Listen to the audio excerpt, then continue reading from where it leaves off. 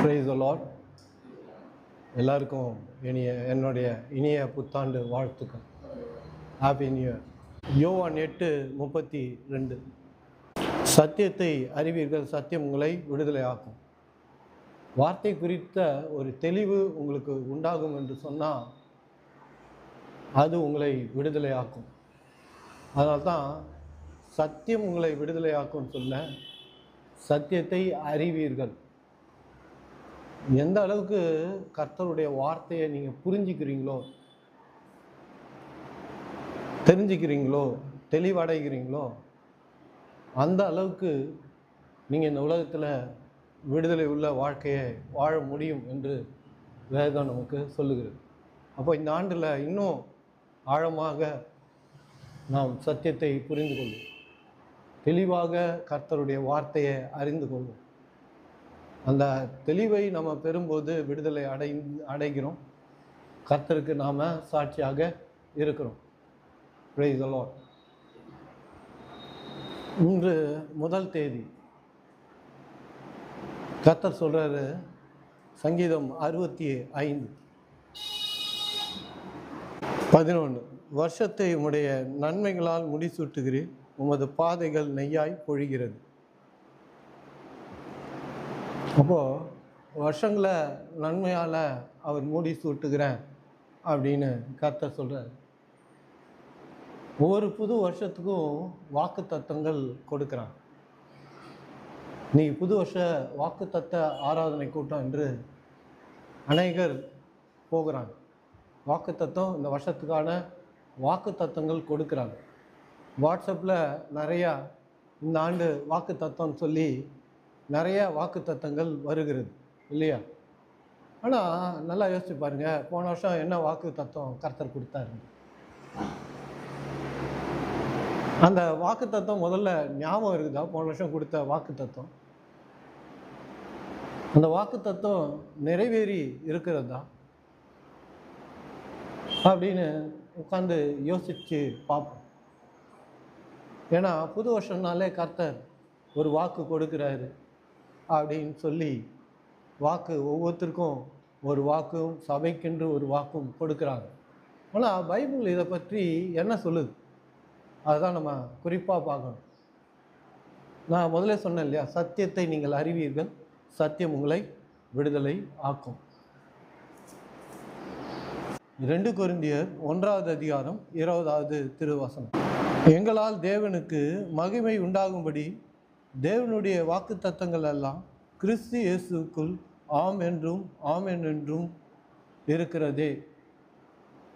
இங்கே கர்த்தர் சொல்கிறாரு, எல்லா வாக்கு தத்தமும், வேதத்தில் இருக்கிற எல்லா வாக்கு தத்தமும் உங்களுக்கு சொந்தம் என்று கர்த்தர் சொல்கிறார். ஒரு வாக்கு தத்தம் இல்லை, வருஷத்துக்கு ஒரு வாக்கு தத்தம் கொடுக்குற ஒரு கர்த்தர் இல்லை. இந்த வருஷத்துக்கான வாக்கு தத்தம் அப்படின்னு கொடுக்குறவர் கர்த்தர் இல்லை. இந்த மாதத்துக்கான வாக்கு தத்தம் அப்படின்னு நமக்கு கொடுக்குறவர் கர்த்தர் அல்ல.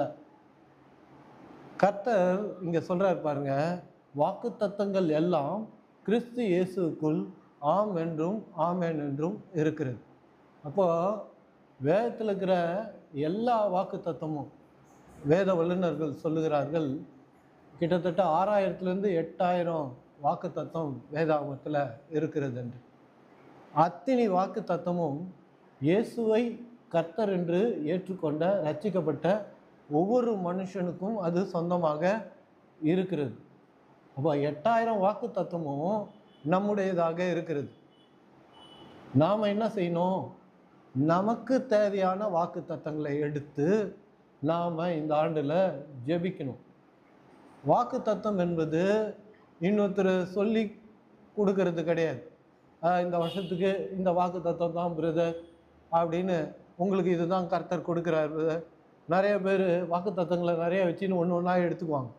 இந்த வருஷத்துக்கான வாக்கு தத்தம் அப்படி, எனக்கு இது கொடுத்துக்கிறாரு, அது கொடுத்துக்கிறாரு, அந்த வாக்கு கொடுத்துக்கிறாரு பிரதர் அப்படின்னு. ஆனால் வேதம் அப்படி சொல்லவே இல்லை. வாக்கு தத்தங்கள் எல்லாம் கிறிஸ்து இயேசுக்குள் ஆம் என்றும் ஆமென் என்றும் இருக்கிறது. அப்படின்னா என்ன அர்த்தம்? ஒவ்வொரு வாக்கு தத்தமும் உங்களுடையதாகத்தான் இருக்கிறது. அந்த வாக்கு தத்தங்களை நீங்களே தேர்ந்தெடுத்து கொள்ளலாம். உங்களுக்கு என்ன வாக்கு தத்துவம் வேணும், இந்த ஆண்டு எந்த வாக்கு தத்துவம் உங்களுக்கு வேணும், என்ன காரியம் நிறைவேறணும், அந்த காரியத்தை குறித்து என்ன வாக்கு தத்துவம் இருக்கிறது, அதை எடுத்து நீங்கள் ஜெபம் பண்ண ஆரம்பிப்பீங்கன்னா அந்த வாக்கு தத்துவம் இந்த ஆண்டில் நிறைவேறுகிறத உங்களால் பார்க்க முடியும். அதனால் யாரோ ஒருத்தரோ இல்லை பாஸ்டரோ இல்லை ஒரு போதகரோ உங்களுக்கு வாக்கு தத்துவம் கொடுக்க வேண்டிய அவசியம் கிடையவே கிடையாது. ஏன்னா அவங்களுக்கு உங்களுடைய எல்லா பிரச்சனைகளும் தெரிவது கிடையாது. வருகிற அத்தனை பேரோட பிரச்சனையும் பாஸ்டருக்கு தெரியணும்னு அவசியம் இல்லை. அதனால் அவங்களுக்கு தெரியாது வாக்கு தத்துவம், ஜெபம் பண்ணி கொடுக்குறேன் அப்படின்னு கொடுத்துருவாங்க. இதுக்கு ஜெபம் பண்ண வேண்டிய அவசியமே இல்லை வாக்கு தத்துவத்துக்கு. ஏன்னா ஏன் வாக்கு தத்துவத்துக்காக ஜெபம் பண்ணுறாங்கன்னா, கர்த்தர் ஏதோ ஒரு வாக்கு தத்துவம் கொடுப்பாரு அப்படின்றதுக்காக தான் ஜெபம் பண்ணுகிறாரு. ஆனால் வேதம் என்ன சொல்லுது, ஏற்கனவே எல்லா வாக்கு தத்தங்களையும் எல்லா ஆவிக்குரிய மனுஷனுக்கும், ரட்சிக்கப்பட்ட மனுஷனுக்கும் கர்த்தர் கொடுத்திருக்கிறார் என்று வேதம் சொல்லுது. வாக்கு தத்துவம் இந்த ஆண்டு அவர் கொடுக்கறது மட்டும் இல்லை, இந்த ஆண்டு கொடுக்கறது இல்லை. நாம் ரட்சிக்கப்பட்ட போது அவர் 8000 வாக்கு தத்துவங்களையும் கொடுத்துட்டார். கொடுத்துட்டு சொல்கிறாரு, உன்னுடைய சாய்ஸ் தான், நீ எதை தேர்ந்து கொள்ள விரும்புகிறியோ, உன் தேவைகளுக்கு தகுந்த மாதிரி, உன் இருதய விருப்பத்தின் தகுந்தபடி நீ அதை தேர்ந்து கொள் அப்படின்றார். அந்த வாக்கு தத்தங்களை எடுத்து வச்சுக்கோ, எடுத்து வச்சு நீ ஜெபம் பண்ணு. அது நிறைவேறுற வரைக்கும் அந்த வாக்கு தத்தத்தை சொல்லி ஜெபம் பண்ணு, அது கண்டிப்பாக நிறைவேறும். நிறைய பேர் வாக்கு தத்தங்களை போய் பெற்று வராங்க. புது வருஷத்துக்கு வந்த பிறகு அந்த வாக்கு தத்தத்தை பற்றி ஞாபகமோ நினைவோ சிந்தனையோ எதுவுமே அவர்களுக்கு இருப்பதில்லை. வேணா ஒரு அட்டையை கொடுத்தாங்கன்னா கொண்டு வந்து மாட்டி வச்சுக்கிறது, இல்லை ஒரு சின்னதாக ஒரு கார்டு மாதிரி கொடுத்தா அதை எடுத்து பைபிளில் வச்சுக்கிறது. அப்படி வச்சுக்கிட்டா அது நடக்கும் அப்படின்னு நினைக்கிறாங்க. வாக்கு தத்துவம் பாஸ்டர் கொடுத்தாரு, அது இந்த ஆண்டு நிறைவேறிடும் அப்படின்னு நம்பிக்கையோடு வாங்கினீங்கன்னா மட்டும் போதாது. ஏன்னா நீங்கள் ஜெபம் பண்ணும்போது கர்த்தரே உங்கள் அறைக்குள்ளே வந்து உங்களுக்கு இதை செய்கிறேன்னு சொன்னாலும் நீங்கள் விசுவசிச்சா தான் நடக்கும். நீங்கள் ஜெபம் பண்ணின்னு இருக்கிறீங்க, இயேசு உங்கள் அறைக்கு வர்றாரு, வந்து சொல்கிறாரு, நீங்கள் பண பிரச்சனையில் இருக்கிறீங்கன்னா 10 லட்ச ரூபா கடனில் இருக்குது. கர்த்தர் சொல்கிறாரு, உனக்கு நான் 10 லட்ச ரூபா கொடுக்குறேன், கடனை அடைச்சிரு அப்படின்னு சொன்னார்னா அது நடந்துடும் நிறைய பேர் நினைக்கிறாங்க. நாம் விசுவசித்தால் தான் அது நடக்குமோ ஒழிய நாம் விசுவசிக்காமல் அது நிறைவேறாது. அப்போ கர்த்தர் ஒரு காரியத்தை நமக்கு சொன்னார்னா நம்முடைய விசுவாசத்தை அந்த அளவுக்கு அதிகரித்து அதை நாம் பெற்றுக்கொள்ளும் ஒழிய விசுவாசம் இல்லாமல் பெற்றுக்கொள்ளவே முடியாது. என்னத்தான் கர்த்தர் சொன்னாலும் நாம கர்த்தர் தந்திருக்கிறார் அப்படின்ற அந்த விசுவாசத்தை நமக்குள்ள வைக்காத வரைக்கும் அது நிறைவேற போகிறதே இல்லை.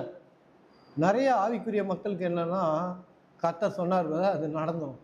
இல்லை பிரதர், கர்த்தர் சொன்னாலும் நீங்கள் அதை விசுவசித்தால்தான் அது நிறைவேறும், இல்லை என்று சொன்னால் நிறைவேறாது. ஏன்னா கர்த்தருடைய பகுதி ஒன்று இருக்குது, நாம் செய்ய வேண்டிய ஒரு பகுதி நமக்கு கர்த்தர் நமக்கு கொடுத்து இருக்கிறார். அப்போது வாக்கு தத்தங்கள் எல்லாம் நம்ம அட்டையை வாங்கிட்டு வந்துட்டதுனாலேயோ இல்லை நமக்கு கொடுக்கப்பட்டதை நாம் பெற்றுக்கொண்டு வந்ததுனாலேயோ நமக்கு நிறைவேறிடாது. அந்த வார்த்தையை, அவருடைய வார்த்தையை அந்த வருஷம் முழுவதும் அறிக்கையிட்டு விசுவசிப்போன்னா அந்த காரியம் நிறைவேறுகிறத, அந்த நிறைவேறுதலை நம்மளால் காண முடியும். அதனால தான் சொல்கிறாரு, தேவனுடைய வாக்கு தத்தங்கள் எல்லாம் கிறிஸ்து இயேசுக்குள் ஆம் என்றும் ஆமென் என்றும் இருக்கிறது. இயேசு அவர் சொந்த ஊருக்கு போகிறாரு, அவர் அங்கே அற்புதம் செய்யணும், பிரசங்கம் பண்ணி அற்புதம் செய்யணுன்றது தான் அவருடைய விருப்பம். இயேசுவுக்கு எங்கே போனாலும் முதல்ல பிரசங்கம் பண்ணணும், பிறகு அற்புதம் செய்யணும் அப்படின்றது தான். ஆனால் அவர் சொந்த ஊருக்கு போனபோது அவரால் அற்புதம் செய்ய முடியவில்லை என்று வேதம் சொல்லுது. அதுக்கு காரணம் அவர்களுடைய அவிசுவாசம் என்று கர்த்தர் சொல்றார். ஏன்னா சொந்த ஊருக்காரன்றதுனால இவர் மரியாளின் மகனாக மனுஷனாக தான் அவங்க பார்த்தாங்க. அப்படி பார்த்ததுனால அவங்களுக்குள்ள விசுவாசம் இல்லை. கர்த்தரை இயேசுவே நம் வாழ்க்கையில் வந்து அற்புதங்களை செய்ய விரும்பினாலும் நாம் விசுவசித்தால்தான் அற்புதங்களை நம்மளால் பெற முடியும்.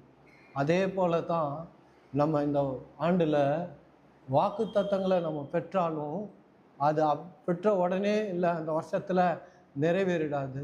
அந்த வாக்கு தத்தங்களை ஜபத்தில் வாயினால் அறிக்கையிட்டு விசுவசித்து அதில் சொல்லப்பட்டிருக்கிற காரியங்களை எடுத்துக்கொள்ளும் போது தான் அது நிறைவேறும் ஒழிய, நீங்கள் நான் ஒரு வாக்கு தத்தம் பெற்றுட்டேன் அதுக்கப்புறம் நான் மறந்துட்டேன், இல்லை அந்த வாக்கு தத்தத்தை நான் என் பைபிள்லேயே வச்சிட்ருக்கிறேன், இல்லை என் ஜப அறையில் மாட்டி வச்சுருக்கேன் அப்படின்றதுனால அது நிறைவேறாது.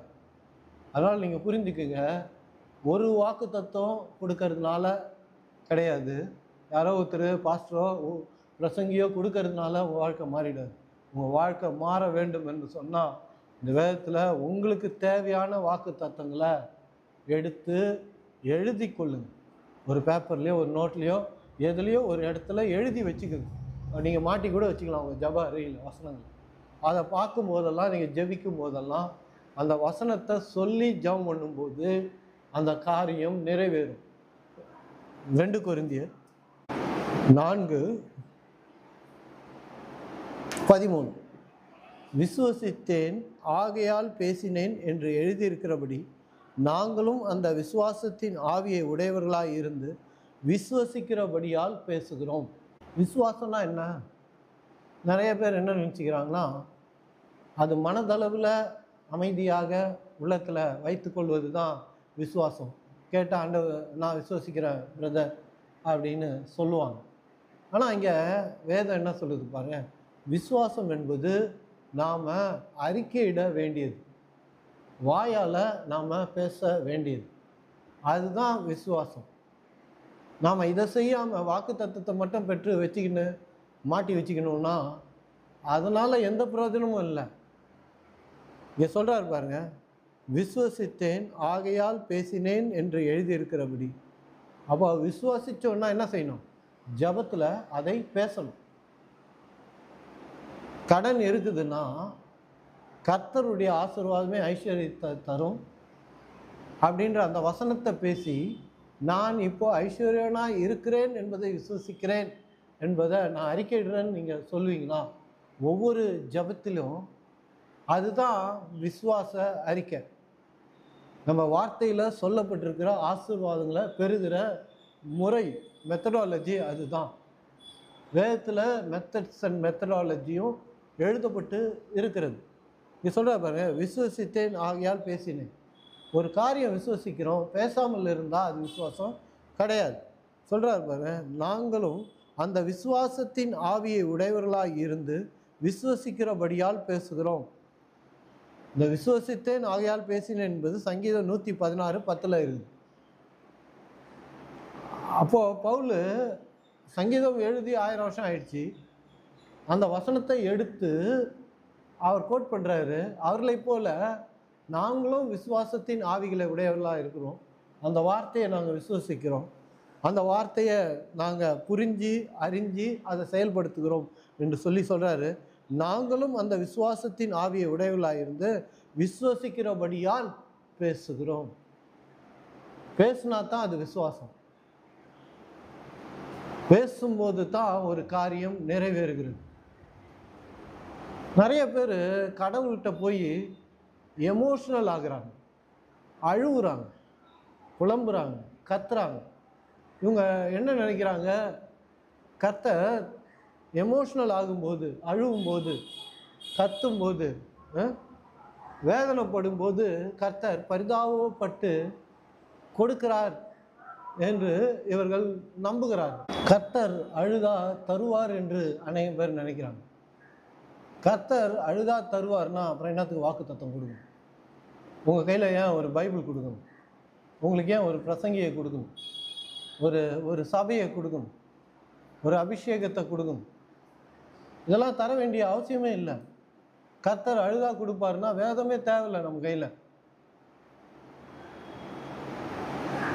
அழுதா கொடுப்பார் என்று நிறைய பேர் நினைக்கிறாங்க. இல்லை, அவர் வாக்குறுதி கொடுத்திருக்கிறார்.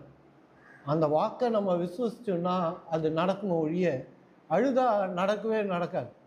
நீங்கள் எத்தனை காலம் உட்கார்ந்து கர்த்தர் இடத்துல ஏதாவது வேணும்னு சொல்லி அழுது கேட்டிங்கன்னா அது நிச்சயமாக நிறைவேறாது. நீங்கள் சொல்லலாம், பிரதர் நாங்கள் அழுது கேட்டு கிடச்சிருக்குது பிரதர் அப்படின்னு நீங்கள் சொல்லலாம். அது நீங்கள் தொடக்க காலத்தில் வேதம்னா என்னன்னு தெரியாது. அப்போ தான் நீங்கள் கர்த்தருக்குள்ளே அடி எடுத்து வச்சுருப்பீங்க, ரட்சிக்கப்பட்டிருப்பீங்க, புது விசுவாசியாக இருப்பீங்க. வேதம் உங்களுக்கு தெரிஞ்சிருக்காது. இப்போ தான் வேத புஸ்தகமே உங்களுக்கு தெரிஞ்சிருக்கும்.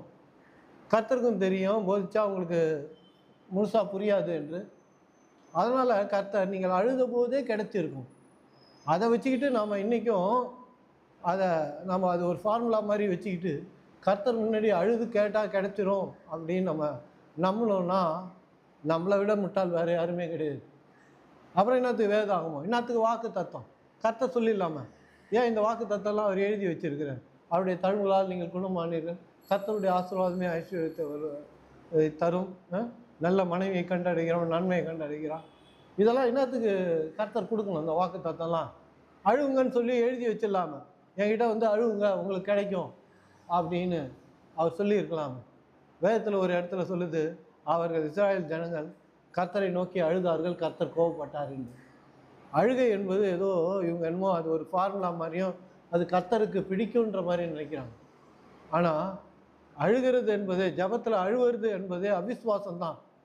கர்த்தர் கொடுப்பார்ன்ற நம்பிக்கை, கிடைச்சிரும்ன்ற நம்பிக்கை இருந்ததுன்னா ஏன் அழுவணும்? கர்த்தர் தருகிறவர் கண்டிப்பாக தருவார் என்ற நம்பிக்கை இருந்தால் இன்னத்துக்கு அழுவணும்? கிடைச்சிரும்பா ஆண்டவரே கர்த்தாவே நன்றி நம்ம சொல்லலாமே. ஏன் அழுகிறார்கள்? இவங்களுக்கு வாக்கு தத்தமே புரியல. வாக்கு தத்தங்களெல்லாம் வாங்கி வச்சுக்கின்னு இல்லை எடுத்து வச்சுக்கிட்டு அழுது கொண்டு இருப்பார்கள் என்று சொன்னால் அந்த அழுகைக்கு கர்த்தர் எந்த பதிலும் சொல்வதில்லை. பழைய ஏற்பாட்டில் அவர் சொல்கிறாரு, உங்கள் கண்ணீரெல்லாம் துருத்தியில் சேர்த்து வச்சுக்கிறேன் அப்படின்ற. பழைய ஏற்பாட்டில் பைபிள் கிடையாது, எல்லார் கையிலையும் பைபிள் கிடையாது. அது ஆசாரியனுடைய கையில் மட்டும்தான் இருந்தது. இவங்களுக்கு வாக்கு தத்துவங்கள் கொடுக்கப்பட்டிருந்தது. ஆனாலும் உங்கள் கையில் வேதம் கிடையாது, அபிஷேகம் கிடையாது, ரட்சிக்கப்படலை, புதிய உடன்படிக்கையில் இவர்கள் இல்லை, இவர்களுக்கென்று ஆவிக்குரிய பாஸ்டர் இல்லை. அப்போ அதனால அழுதார்கள், வேற வழி இல்லை. கர்த்தருக்கு அவங்களுக்கு தெரிஞ்சது அவ்வளோதான். அவங்களுக்குள்ள ஆவியானவர் இல்லை, அவரை வழி நடத்த அபிஷேகம் இல்லை. அதனால அவர்களுக்கு புரியாது. சரி, அவர்கள் வேதனைப்படும் போது, கஷ்டப்படும் போது அவர்கள் ஆலயத்தில் வந்து அழுதார்கள். வேதம் சொல்லுது, போர் வரும்போது, வியாதிகள் வரும்போது, பஞ்சம் வரும்போது, இன்னும் பிரச்சனைகள், போராட்டம், கஷ்டங்கள் வரும்போது ஜனங்கள் ஆலயத்தில் கூடி வந்து அழுது ஜெபம் பண்ணார்கள். அது பழைய ஏற்பாடு, பழைய உடன்படிக்கை. இப்போ 1 மணி நேரம் 2 மணி நேரம் வாரம் வாரம் பிரசங்கம் கேட்குறோம். எல்லாத்தையும் கேட்டுட்டு போய் கர்த்தர் இடத்துல அழுதா கிடைக்கும் அப்படின்னா அப்புறம் என்னத்துக்கு பிரசங்கம்? அப்போ கர்த்தருடைய வார்த்தை என்ன, அவருடைய வாக்கு தத்துவம் என்ன அப்படின்றத நாம் புரட்டி படிக்கணும். அப்படி தெரியலன்னா வந்து என்கிட்ட கேளுங்க, இல்லை நீங்கள் ஆலயத்துக்கு போகிற பாஸ்டர்கிட்ட கேளுங்க. என்ன பாஸ்டர், இதை குறித்த வாக்கு தத்துவம் சொல்லப்பட்டிருக்கு, வியாதி வந்துச்சுன்னா நான் என்ன வாக்கு தத்துவத்தை கொண்டு நான் ஜெபிக்கணும் அப்படின்னு கேட்கணுமா ஒழிய பாஸ்டர்கிட்ட வந்து பாஸ்டர் ஜெபம் பண்ணீங்க அப்படின்னா கூடாது. ஏன்னா கடவுள் நேரடியாக உங்களுக்கு வாக்கு கொடுத்திருக்கிறார். எப்படி கொடுத்திருக்கிறார் பாருங்க. எபிரேயர் 6:13. அபிரகாமுக்கு தேவன் வாக்குத்தத்தம் பண்ணின போது ஆணையிடும்படி தம்மில் பெரியவர் ஒருவரும் இல்லாதபடியினால் தமது பேரிலே தானே ஆணையிட்டு, அவருடைய பேர்லேயே அவர் ஆணையிடுறார். நம்ம இந்த உலகத்தில் யாராவது ஒரு மனுஷனுக்கு ஏதாவது செய்வோம் அப்படின்னு சொன்னோன்னா, எங்கள் அம்மா மேலே சத்தியமாக செய்வேன் அப்படின்னும். ஏன் அம்மா மேலே சத்தியம் சொல்கிறோன்னா, அவர்களை தான் நம்ம பெரிதாக கருதுகிறோம் வாழ்க்கையில், இல்லையா? அதனால் நம்ம என்ன சொல்கிறோம்? அம்மா மேலே சத்தியமாக அதை நான் உங்களுக்கு செஞ்சு கொடுப்பேன், செய்வேன் அப்படின்னு சொல்லுவோம். இல்லை அம்மா மேலே சத்தியம் சொல்லு அப்படின்னு சொல்லி ஒரு ப்ராமிஸை நம்ம வாங்குவோம். ஆனால் கர்த்தருக்கு அவரை விட பெரியவர் யாரும் இல்லை. அவர் ப்ராமிஸ் பண்ண, அதனால் அவர் தன் மேலேயே ஆணையிட்டு கொள்கிறார். ஏன்னா அவர் பெரியவராக இருக்கிறார். ஆணையிட்டு சொல்கிறாரு, இந்த வேதாகமத்தில் இருக்கிற 6000 8000 வாக்கு தத்துவமும் நான் உங்களுக்கு நிறைவேற்றி தருவேன் அப்படின்னு வாக்கு கொடுக்குறேன். தன் பேரிலே ஆணையிட்டு சொல்லும்போது நமக்கு எவ்வளோ தைரியம் உண்டாகுது, நம்மளுக்கு எவ்வளோ விசுவாசம் உண்டாகுது, எவ்வளோ நம்பிக்கை உண்டாகுது. அவருடைய வாக்கு தத்தத்தின் மேலே நமக்கு எவ்வளோ ஒரு உறுதி உண்டாகுது பாருங்க. இதுதான் வாக்கு தத்தத்தை கொண்டு ஜெபிப்பது. இன்னைக்கு எல்லா ஆலயத்திலையும் வாக்கு தத்தம் கொடுக்குறாங்க. ஆனால் அந்த வாக்கு தத்தத்தில் இருக்கிற ஆசீர்வாதங்களை எப்படி எடுத்துக்கொள்வது, அதை நிறைய ஆலயத்தில் சொல்லி கொடுப்பதே இல்லை. கொடுக்குறாங்களே ஒழிய கொடுத்துட்டா நிறைவேறிடுமா அப்படின்னா நிறைவேறாது. நான் தான் சொன்ன பாருங்க முதல்ல, கர்த்தரே இயேசுவே உங்கள் அறையில் வந்து இது நடக்கும்னு சொன்னாலும் அவர் சொன்ன காரியத்துக்கு நம்முடைய விசுவாசத்தை அதிகரித்து காண்பித்தால் தான் நம்ம பெற முடியும். அப்போது நாம் அந்த வாக்கு தத்தத்தில் இருக்கிற ஆசீர்வாதங்களை எப்படி எடுத்துக்கொள்வது என்பதை நமக்கு தெரியணும். முதல் ஜபம்னா என்ன அப்படின்னு நம்ம தெரிஞ்சுக்கணும், படிக்கணும். வேதத்தை சரியாக போதிக்கிற இடத்துக்கு போய் கற்றுக்கொள்ளணும். இதை தெரியாததுனால தான் ஜனங்க ஜப அறையில் போய் ஓன்னு அழுகுறாங்க, கத்துறாங்க, ஆண்டவரே எனக்கு இதை கொடு ஆண்டவரே அப்படின்னு அழுகுறாங்க. அதுக்கு காரணம் என்னன்னா, தேவன் நமக்கு வாக்கு தத்தம் கொடுத்திருக்கிறார், அதை அவர் நிறைவேற்றுவார் என்ற நம்பிக்கை அவங்களுக்கு இல்லை. அந்த நம்பிக்கை எப்போ வரும்னா, அந்த வாக்கு தத்தத்தில் இருக்கிற ஆசீர்வாதங்களை நாம் எடுத்துக்கொள்ள கற்றுக்கொள்ளும் போது தான் வரும். அப்போது நிறைய பேர் என்ன நினைக்கிறாங்க, ஆவிக்குரிய மக்கள் என்ன நினைக்கிறாங்கன்னா, ஒரு காரியத்தை கர்த்தரிடத்தில் கேட்டால் அவர் அந்த காரியத்தை அப்பொழுதே செஞ்சு கொடுத்துருவார், அந்த ஜப அறையிலேயே அதை அவர் கொடுத்துருவார் அப்படின்னு நம்புகிறாங்க. கர்த்தர் ஒரு விஷயத்தை நமக்கு கொடுக்குறாருன்னா, நீங்கள் ஜப அறைக்கு போகிறீங்கன்னா உங்களுக்கு கொடுக்குறாருன்னா இன்னத்தை கொடுக்குறாரு. ஜபத்தில் நமக்கு என்ன கிடைக்குது? ஜபம் பண்ணிக்கினே இருக்கிறோம் 365 நாளும், ஆண்டவரே ஆண்டவரே, இயேசுவே இயேசுவே, அப்பா அப்பா, டேடி டேடி, அல்லேலூயா அல்லேலூயா, ஸ்தோத்திரம் ஸ்தோத்திரம், ஆண்டவரே ஆண்டவரேன்றோம். துதிப்பது நல்லது, கர்த்தர் துதிக்கணும். ஏன்னா அவர் தான் பெரியவர், நம்மை உண்டாக்கினவர் அவர்தான். அவர்தான் சர்வ வல்லவர், சர்வ வியாபி அவர்தான். அவர்தான் கர்த்தர், அவர் ஒருவரே தான் கடவுள். அவரை நாம் ஜபத்தில் துதிக்கணும். அவர் செய்த காரியங்களுக்காக, நன்மைகளுக்காக நன்றி சொல்லணும். ஆனால் ஜபம்னா என்ன? ஜபத்தில் கர்த்தர் எப்படி நமக்கு கொடுக்குறார், நம்ம கேட்ட காரியங்களை எப்படி கொடுக்குறார், அதை கொண்டு நாம் என்ன செய்யணும் அப்படின்றது நமக்கு தெரியணும். 1 பேதுரு 23வது வசனம், 1 பேதுரு 1வது அதிகாரம் 23வது வசனம். விதைன்னு கூட எழுதிக்கலாம் சைடில். நீங்கள் அழிவுள்ள வித்தினால் அல்ல, என்றென்றைக்கும் நிற்கிறதும் ஜீவனுள்ளதுமான தேவ வசனமாகிய அழிவில்லாத வித்தினாலே மறுபடியும் ஜெனிப்பிக்கப்பட்டு இருக்கிறீங்க. அப்போ இங்கே என்ன சொல்லுது? இந்த ஒவ்வொரு வாக்கு தத்துவமும் கடவுள் நமக்கு கொடுக்கிற விதை. அதை நம்ம விதையாகவே வச்சுட்டு இருந்தோம்னா அது மக்கி ஒன்றும் இல்லாமல் போயிடும். அது விதையாகவே தான் இருக்கும், அது எந்த பலனையும் அது கொடுக்காது. இங்கே இந்த வசனம் சொல்லுது, கர்த்தருடைய வார்த்தை விதையாக, சீடு விதையாக இருக்கிறது. கர்த்தரிடத்துல நாம் ஜபத்தில் எது கேட்டாலும் அவர் விதையாகத்தான் கொடுப்பார், அறுவடையாக கொடுக்க மாட்டார்.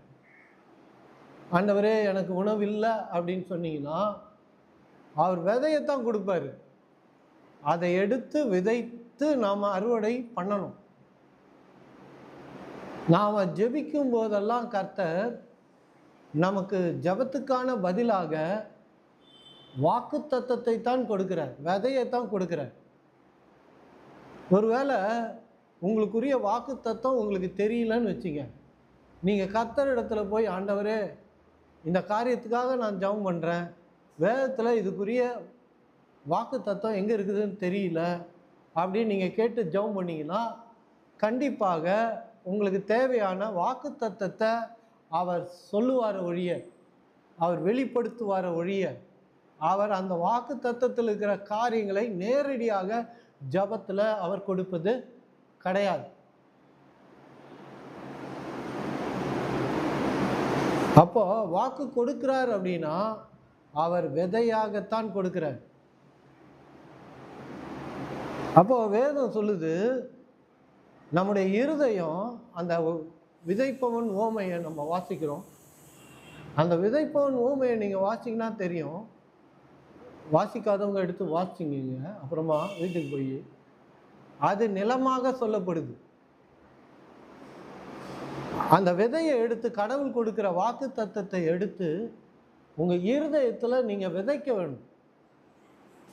விதைத்து நீர் பாய்ச்ச வேண்டும் அன்றாடம். அப்படி நீங்கள் விதைத்து நீர் பாய்ச்சும் போது அது வளர்ந்து உங்களுக்கு பலன் கொடுக்கும், கனி கொடுக்கும், உங்களுக்கு அறுவடையை கொடுக்கும். கர்த்தர் நேரடியாக அறுவடையை கொடுப்பவர் அல்ல. அதில் தான் நிறைய பேர் ஜபத்துக்கு பதில் வரல பிரதர், கர்த்தர் ஜபத்துக்கு பதில் கொடுக்காம விட்டுட்டார் பிரதர் அப்படின்னு சொல்கிறாங்க. நீங்கள் எந்த வாக்கு தத்தத்தை பிடிச்சு ஜெபம் பண்ணீங்க? எந்த வாக்கு தத்தத்தின் மேலே உறுதியாக நின்றீங்க? அது நிறைவேறும் என்று நம்புனீங்க. ஒவ்வொரு ஜபத்திலையும் அது நிறைவேறி இருக்கிறது என்று விசுவசிங்க. அப்படி நீங்கள் விசுவசிக்கும் போது தான் நடக்கும் வழிய, யாரோ உங்களுக்கு வாக்கு தத்தத்தை கொடுத்துட்டாங்க, ஒரு அட்டையை கொடுத்துட்டாங்க, ஒரு கேலண்டரை கொடுத்துட்டாங்க அப்படின்றதுனால அது நிறைவேறாது. அது ஒரு பகுதி தான். நீங்களாகவே வேதாகமத்தை எடுத்து முதல்ல உங்கள் தேவை தான் என்னன்றதை முதல்ல தெரிஞ்சுங்க. கிளியராக இருங்க, உங்களுக்கு என்ன வேணும் கடவுளிடம் இருந்து அப்படின்றத தெளிவாக்கி கொள்ளுங்க.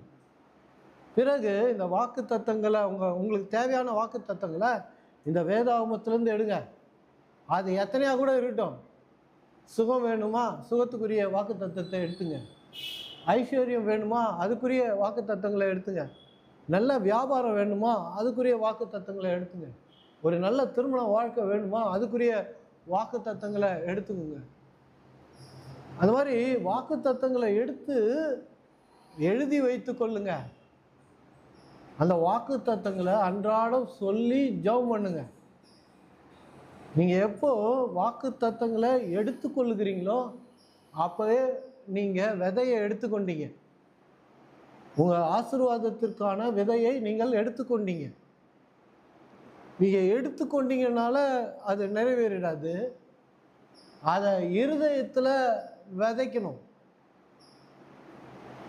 விதைக்க ஒரு மனுஷன் சென்றான், வழியோரத்தில் விதைச்சான், நல்ல நிலத்தில் விதைச்சான் என்றெல்லாம் வேதம் சொல்லுது இல்லையா? அப்போது அந்த வாக்கு தத்தத்தை எடுத்து நாம் இருதயத்தில் விதைக்கணும். இருதயத்தில் எப்படி விதைப்பது அப்படின்றதுக்கு தான் நம்ம 2 கொரிந்தியர் 4:13 வாசித்தோம். விசுவசித்தேன் ஆகையால் பேசினேன் என்று எழுதியிருக்கிறபடி நாங்களும் அந்த விசுவாசத்தின் ஆவியை உடையவர்களாயிருந்து விசுவசிக்கிறபடியால் பேசுகிறோம். அந்த வாக்கு தத்தம் எடுத்தீங்கல்ல, அந்த வாக்கு தத்தத்தை ஜபத்தில் அறிக்கை இடணும், பேசணும். ஒருவேளை உங்களுக்கு சுகம் இல்லைன்னா, ஆரோக்கியம் இல்லைன்னா, அவருடைய தழும்புகளால் நீங்கள் குணமானீர்கள் என்ற வசனத்தை எடுத்து ஒவ்வொரு ஜபத்திலையும், இதோ இயேசுவின் தழும்புகளால் நான் சுகமானேன், கர்த்தாவே நீங்கள் சொன்னீங்க நான் சுகமாயிட்டேன்னு, ஆம் ஆண்டவரே நான் சுகமாயிட்டேன்னு விசுவசிக்கிறேன், சுகத்தை இந்த நாளில் நான் அனுபவிக்கிறேன் என்பதை விசுவசிக்கிறேன், நான் நன்றாக இருக்கிறேன்னு விசுவசிக்கிறேன் அப்படின்னு நீங்கள் ஜெபம் பண்ணுவது தான் விசுவாசம். ஒருவேளை ஒரு எக்ஸாம்பிள் எடுத்துக்கலாமே, ஒருவேளை சுகர் வியாதி ஒரு மனுஷனுக்கு இருக்குது, அவனுக்கு ஒரு 250 300 இருக்குதுன்னு வச்சுக்குவோம். ஏன்னா இன்றைக்கி நிறையா ப்ரிவலண்ட்டாக நிறையா இருக்குது. நிறைய பேருக்கு இன்றைக்கி இந்தியாவில் நிறைய பேருக்கு சுகர் வியாதி இருக்குது அப்படின்றாங்க. பாண்டிச்சேரியில் அதிகமாக இருக்குது. அப்போது இந்த பிரசங்கம் ரொம்ப முக்கியமாக இருக்குது. அதிகமாக இருக்குதுன்னு வச்சிங்களேன், ஆண்டவர்கிட்ட போய் ஆண்டவரே இந்த சுகர் வியாதியை சுகமாக்கும் ஆண்டவரே, நீங்கள் குணமாக்கும் ஆண்டவரே அப்படின்னு ஜெபம் பண்ணிட்டு போய் டெஸ்ட் எடுத்து பார்த்தீங்கன்னா 250 300 கூட ஆகிடும். ஏன்னா நீங்கள் ஜெபம் பண்ணிவிட்டு அதுக்கப்புறம் ஒரு வேளை சுகமாக்கியிருப்பாரோ, என்ன வருமோ தெரில, அதில் ஏதோ கொடுத்துருக்குறேன் என்ன வரும்னு தெரில அப்படின்னா இன்னும் மோசமாக தான் வரும். பயந்துருந்தானே நீங்கள் டெஸ்ட் எடுக்கிறீங்க இல்லையா? அப்போது சுகர் வியாதி வந்துடுச்சுன்னா எந்த வியாதிக்கும் இதான் மருந்து. இந்த மருந்தை விட பெரிய மருந்து எதுவுமே கிடையாது. நான் உங்களுக்கு சொல்கிறேன், சுகர் வியாதிக்கு ஒரு வேளை நீங்கள் இன்ஜெக்ஷன் கூட எடுக்கிறவர்களாக இருக்கலாம். இந்த வசனத்தை எடுத்து நீங்கள் உங்கள் வாயினால் பேச ஆரம்பிப்பீங்கன்னா அதான் விதை, சுகத்துக்கான விதை.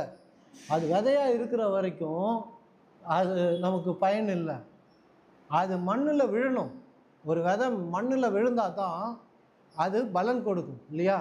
ஒரு மாங்கொட்டை இருக்குது, அதை சும்மா ஒரு ஷெல்ஃப்லேயே வச்சுருந்தீங்கன்னா ஏதாவது பயன் இருக்குது? ஃப்ரிட்ஜுலேயே வச்சுருக்கிறீங்கன்னா கூட எந்த பயனும் கிடையாது. அந்த மாங்கொட்டையை எடுத்து என்ன பண்ணணும்? மண்ணுக்குள்ளே ஆழத்தில் புதைக்கணும். புதைச்சா தான், புதைச்சி மூடினா தான் அது ஒரு மாமரமாக வளர்ந்து ஒரு 5 வருஷத்தில் இல்லை 3 வருஷத்தில் 5 வருஷத்தில் அது கனி கொடுக்கும். வெறும் கொட்டையாகவே வச்சுருந்தா ஒன்றும் பிரயோஜனமே கிடையாது இல்லையா? அப்போது கர்த்தருடைய வாக்குத்தத்தம் எனக்கு கொடுத்துருக்குறாங்க, இல்லை நான் எடுத்து வச்சுருக்கிறேன்றதுனால எந்த பிரயோஜனமும் இல்லை. அந்த வாக்குத்தத்தம் எனக்கு தெரியும் பிரதர், அவருடைய தழும்புகளால் நான் சுகமானேன் அப்படின்ற வாக்குத்தத்தம் தெரியும் பிரதர் அப்படின்னு நீங்கள் நம்பிட்டு இருந்தீங்கன்னா அதனால் எந்த பயனும் இல்லை. அதனால் உங்களுக்கு எந்த பிரயோஜனமும் இல்லை. இந்த வியாதி சுகமாக போகிறதே கிடையாது.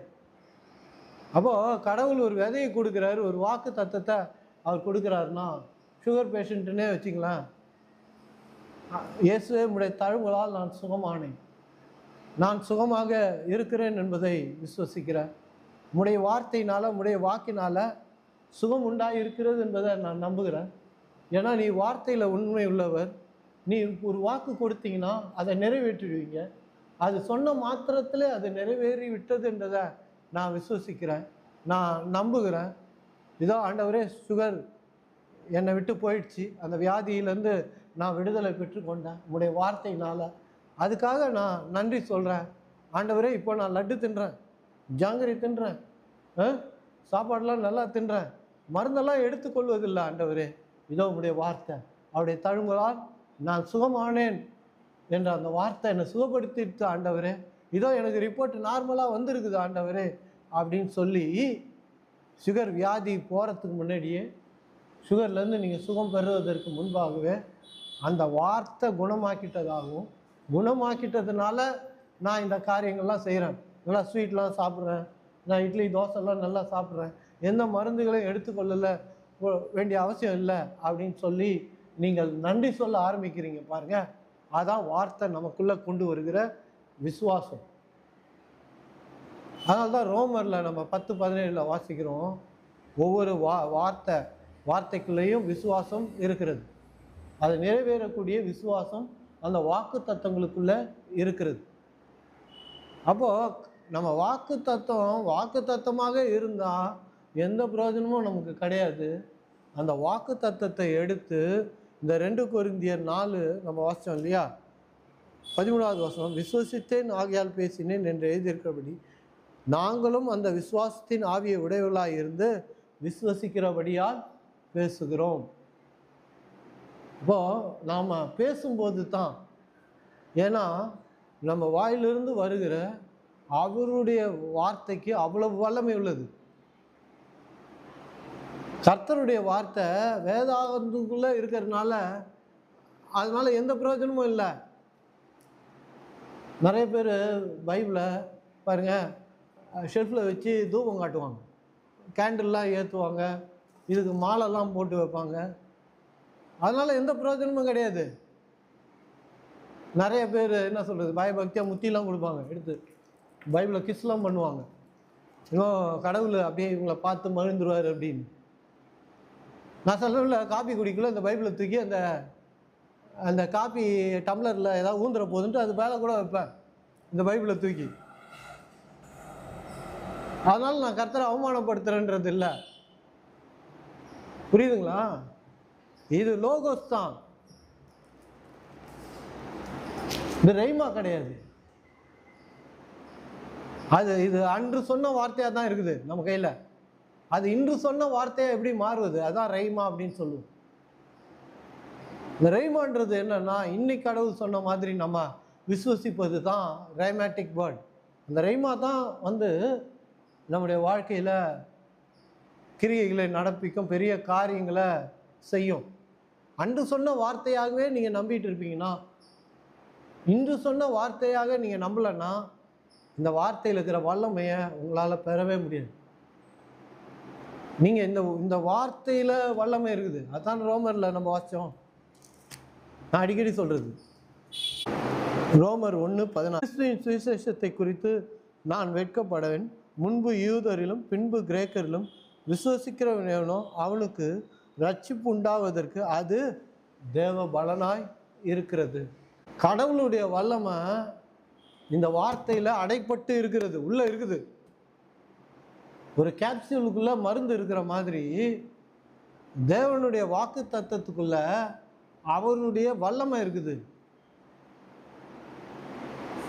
நாம அந்த வாக்கு தத்தத்தை பேசும்போது அந்த வாக்கு தத்தத்தில் இருக்கிற தேவனுடைய வல்லமை வெளிப்படுகிறது.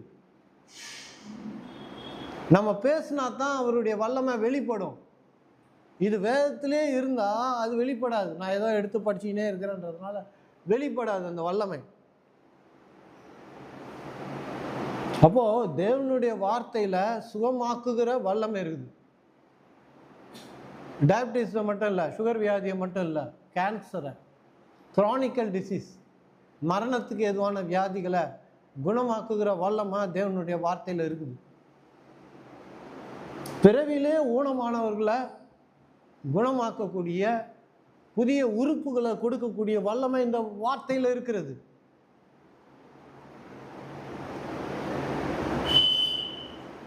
நான் எப்பவுமே சொல்லுவேன் பாருங்க, ஒரு முறை விழுப்புரத்துக்கு நான் போயிருந்தேன்.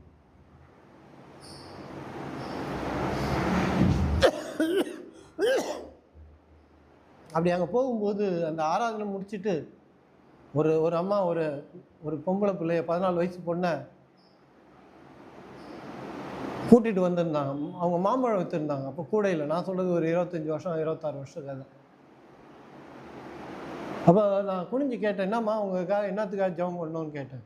இப்போ அந்த அம்மா சொன்னாங்க, இந்த 14 வயசு பொண்ணு என் பொண்ணுப்பா, பிறந்ததுலேருந்து பிறக்கும்போதே ஊனமாக தான் பிறந்தது. 2 காலம் சூம்பி போய் பிறந்தது. இது வரைக்கும் நடந்ததே கிடையாது, நடக்கும் முடியாதுன்னு டாக்டர் சொல்லிட்டாங்க. வேறு வழி இல்லை, இப்படி தான் தவழ்ந்து தான் வரும் அப்படின்னாங்க. நான் சொன்னேன், இயேசுவின் ரத்தம் மருந்தாக இருக்குது.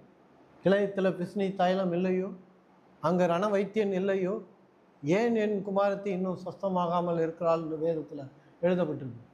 அந்த சொன்னேன், இயேசுவின் ரத்தம் குணமாக்குமா, ஒரு வார்த்தை அதில் இருக்குது. இயேசுவே உடைய ரத்தத்தால் கழுவி என்னை சுகமாக்கும், என் பிள்ளையை சுகமாக்கும் அப்படின்னு சொல்லி ஜெபம் பண்ணுங்க. அவங்களுக்கு இயேசுவே தெரியாது. ஏதோ ஒரு பிரசங்கம் கேட்குது, அங்கே மாம்பழம் விற்கிறதுக்காக வந்தாங்க, கொஞ்சம் நிழலில் நிற்கலான்னு சொல்லி அந்த ஆலயத்தில் அவங்க நின்றுட்டு இருந்தப்போ அவங்க என்னை சந்தித்தாங்கன்றதை விட அவங்க கர்த்தரை சந்தித்தாங்க. நான் சொல்லி அனுப்பிச்சி விட்டேன். அதுக்கப்புறம் 6 மாதத்துக்கு அப்புறம் நான் வேறு ஒரு இடத்துல பிரசங்கம் பண்ணக்குள்ள அந்த பொண்ணு நடந்து வந்தது. பிறவிலேயே நடக்க முடியாது. இதுதாங்க தேவன் தம் வார்த்தையில் வைத்திருக்கிற வல்லமை. சும்மா வார்த்தைனா, வாக்கு தத்துவம்னா ஏதோ நமக்கு கிடைக்கும்ன்றது இல்லை, கிடைக்கும். ஆனால் அது எப்படி கிடைக்குது? நம்ம ஒவ்வொரு முறையும் தேவனுடைய வார்த்தையை சொல்லும்போது அவருடைய வல்லமை வெளிப்படுகிறது.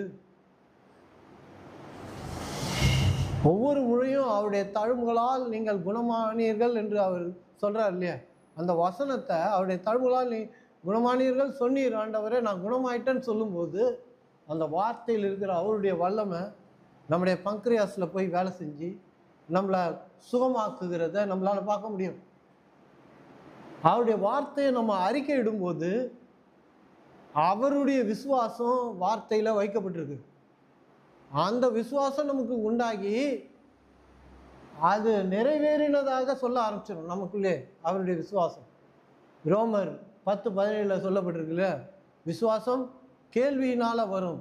கேள்வியினால் என்ன? காதால் கேட்கறதுனால. அவருடைய தழும்பலால் சுகமானோம் என்ற அந்த வார்த்தையை, வசனத்தை நம்ம காதால் கேட்கும்போது அது நம்முடைய ஆவிக்குள்ளே போய் நம்முடைய உடலில் சுகத்தை உண்டாக்குது. ஏன்னா நம்முடைய சிந்தனைக்கும் நம்முடைய வாழ்க்கைக்கும் சம்மந்தம் இருக்குது. நம்முடைய சிந்தனைக்கும் பணத்துக்கும் சம்மந்தம் இருக்குது. நம்முடைய சிந்தனைக்கும் நம்முடைய உடலுக்கும் சம்மந்தம் இருக்குது. நம்முடைய சிந்தனையில் தேவனுடைய வார்த்தை அதான் இருதயத்துக்குள்ள இந்த சிந்தனைக்குள்ளே போக ஆரம்பிச்சிருச்சுன்னா, அவருடைய தழும்புகளால் நான் சுகமானேன் சுகமானேன் சுகமானேன், அவருடைய தழும்புகளால் நான் சுகமானேன் சுகமானேன் சுகமானேன் சொல்ல சொல்ல அவருடைய வார்த்தை நம்முடைய சிந்தனைக்கு போகிறது. அந்த வார்த்தைக்குள்ளே, அந்த கேப்சூலுக்குள்ளே மருந்து இருக்கிற மாதிரி அவருடைய வார்த்தைக்குள்ளே அந்த வல்லமை இருக்குது. அந்த வார்த்தைக்குள்ளே அதை பெற்றுக்கொண்ட விசுவாசம் அதுக்குள்ளே இருக்குது. தேவனுடைய விசுவாசம் இருக்குது. அந்த வார்த்தை நமக்குள்ளே போகும்போது அதை பெறக்கூடிய விசுவாசத்தையும் நமக்கு கொடுத்துருது. அதுக்குரிய வல்லமையும் உள்ளே போய் நம்மை குணமாக்கி விடுகிறது. இதுதான் வாக்கு தத்தத்தை கொண்டு ஜெபித்து வாக்கு தத்தங்களை நம்முடையதாக்கி கொள்வது. சும்மா எடுத்துன்னு வந்து ஒரு கார்டு கொடுக்குறாங்க, இல்லை பிரசங்கம் பண்ணும்போது இந்த வருஷம் அந்த வாக்கு தத்துவம் பிரதர் அப்படின்னு சொல்லி நீங்கள் வீட்டுக்கு போய் மறந்துடுறதுனாலையோ, ஏதோ அந்த வசனத்தை சொல்லி எப்பயாச்சும் ஒரு தடவை ஜெபிக்கிறதுனாலையோ எந்த பிரயோஜனமும் இல்லை. அதனால தான் போன வருஷம் கொடுத்த வாக்கு தத்துவம் இந்த வருஷம் நிறைவேறலை.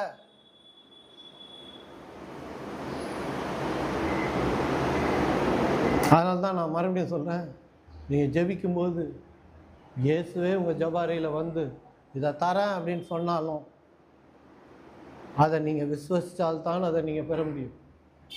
அதை விசுவசிக்கலைன்னா அவர் சொன்னாலும் அதை நிறைவேறவே வேறாது. அப்போ அவர் சொன்னதை நம்ம திரும்ப திரும்ப சொல்லி அதை கிளைம் பண்ணோன்னா தான், அதை நம்முடையதாக்கி கொண்டோன்னா தான் அது நிறைவேறும் ஒழிய, அது வாக்குத்தத்தமாக இருக்கிற வரைக்கும் இல்லை அதை நம்ம எடுத்து ஒட்டி ஃப்ரிட்ஜிலேயோ இல்லை ஜப அறையிலையோ ஸ்கூட்டர்லேயோ எதுலேயோ ஒட்டி வச்சுக்கிறதுனால ஏதாவது நடக்கும்னா ஒன்றுமே நடக்க போகிறதில்ல. அப்படியே தான் இருக்கும் வாழ்க்கை. இன்றைக்கி ஒருவேளை நீங்கள் ஏழ்மையாக இருக்கிறீங்கன்னா, இல்லாதவர்களாக இருக்கிறீங்கன்னா, ஒன்றும் இல்லாமல் இருக்கிறீங்கன்னா, ஐஸ்வர்யம் இல்லாதவர்களாக இருக்கிறீங்கன்னா, கர்த்தர் சொல்கிறாரு, கர்த்தருடைய ஆசீர்வாதமே ஐஸ்வர்யத்தை தரும். அந்த வசனத்தை திரும்ப திரும்ப சொல்லி கொண்டே இருங்க. கர்த்தர் உங்களுக்கு ஐஸ்வர்யத்தின் வழிகளை, வாசல்களை திறப்பார். ஐஸ்வர்யத்தை சம்பாதிக்கக்கூடிய பலனை உங்களுக்கு கொடுப்பார். உங்களுக்கு வியாபாரத்தை கொடுக்கலாம், எது வேணால் தரலாம் கர்த்தரால். ஐஸ்வர்யவானாக இந்த ஆண்டிலே நீங்கள் மாறிவிட முடியும். அப்போ கர்த்தர் வாக்கு தத்துவம் கொடுக்குறாருன்னா அத்தனை வாக்கு தத்துவமும் நமக்கு சொந்தம். ஒரு வாக்கு தத்துவம் தான் இந்த வருஷத்துக்கு சொந்தம், 2 தான் சொந்தம் அப்படின்றது இல்லை. 8000 வாக்கு தத்துவங்களும், கிட்டத்தட்ட 8000 வாக்கு தத்துவம், அத்தனை வாக்கு தத்துவங்களும் நமக்கு சொந்தமாய் இருக்கிறது. மார்க் 9:23 இயேசு அவனை நோக்கி, நீ விசுவசிக்க கூடுமானால் ஆகும், விசுவசிக்கிறவனுக்கு எல்லாம் கூடும் என்றார். விசுவசிக்கிறவனுக்கு எல்லாம் கூடும். அழுகுறவனுக்கு, புலம்புறவனுக்கு, கத்துறவனுக்கு கூடும்னா கிடையாது.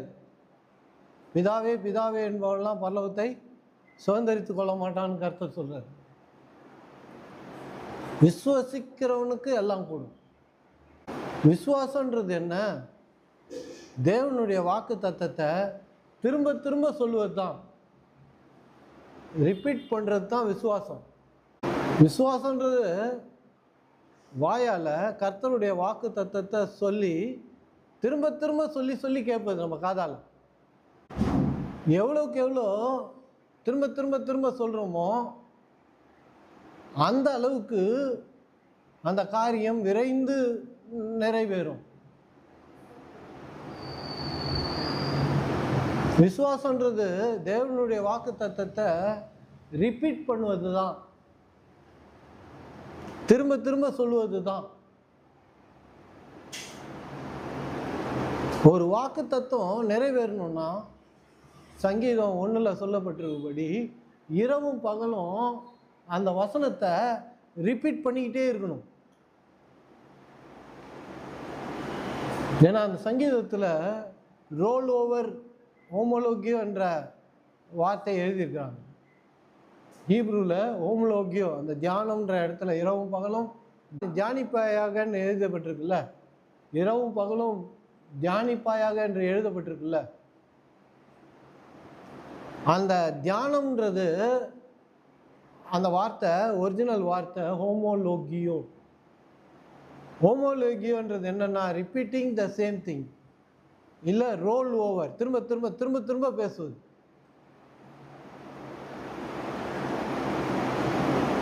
சுகம் இல்லைன்னா காலையில் மத்தியானம் ராத்திரி திரும்ப திரும்ப பேசணும். அதான் ரோல் ஓவர், இல்லை ரிப்பீட் பண்ணுறது, திரும்ப திரும்ப ரிப்பீட் பண்ணணும். ஏன்னா கர்த்தர் நம்ம ஜெபிக்கிறதுக்கு முன்னாடியே அதுக்குரிய பதிலை கொடுத்துருக்குறார். நிறைய கிறிஸ்தவங்க என்ன நினச்சிக்கிறாங்கன்னா ஜெபிச்சா பதில் வரும்னு நினச்சிருக்கிறாங்க. பிரதர் ஜெபம் பண்ணால் கர்த்தர் பதில் கொடுப்பார் பிரதர். எல்லாரும் என்ன கிறிஸ்தவருக்கு ஆவிக்குரிய மக்களுக்கு கர்த்தர் ஜெபிச்சா பதில் கொடுப்பார் அப்படின்னு நினைக்கிறாங்க. ஆனால் நம்ம ஜெபிக்கிறதுக்கு முன்னாடியே பதில் கொடுத்துட்டாரு. எல்லாம் வாக்கா இருக்குது.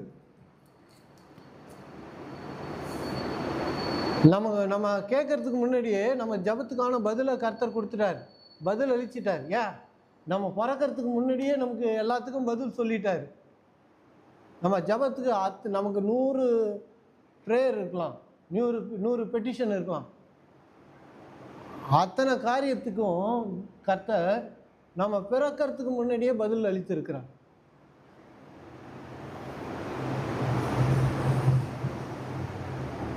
பதில் எங்கே இருக்குது? இந்த வேதத்தில் இருக்குது.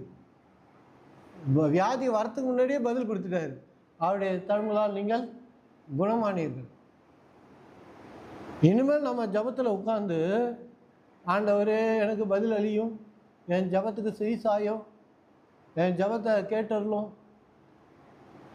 இனிமேல் கடவுள் நம்ம ஜபத்துக்கு பதில் அளிப்பார்னு நினச்சிங்கன்னா வேதத்தை நீங்கள் சரியாக படிக்கலன்னு அர்த்தம். வாக்கு தத்தங்கள்லாம் என்னத்துக்கு கொடுத்துருக்குறாரு? 6000 8000 வாக்கு தத்துவம் வரைக்கும் என்னத்துக்கு கொடுத்துருக்குறாரு? அதுதாங்க உங்கள் ஜபத்தோட பதில் ஏற்கனவே வந்துடுச்சு. அதனால தான் சிலுவையில் சொல்கிறாரு எல்லாம் நிறைவேறிட்டு,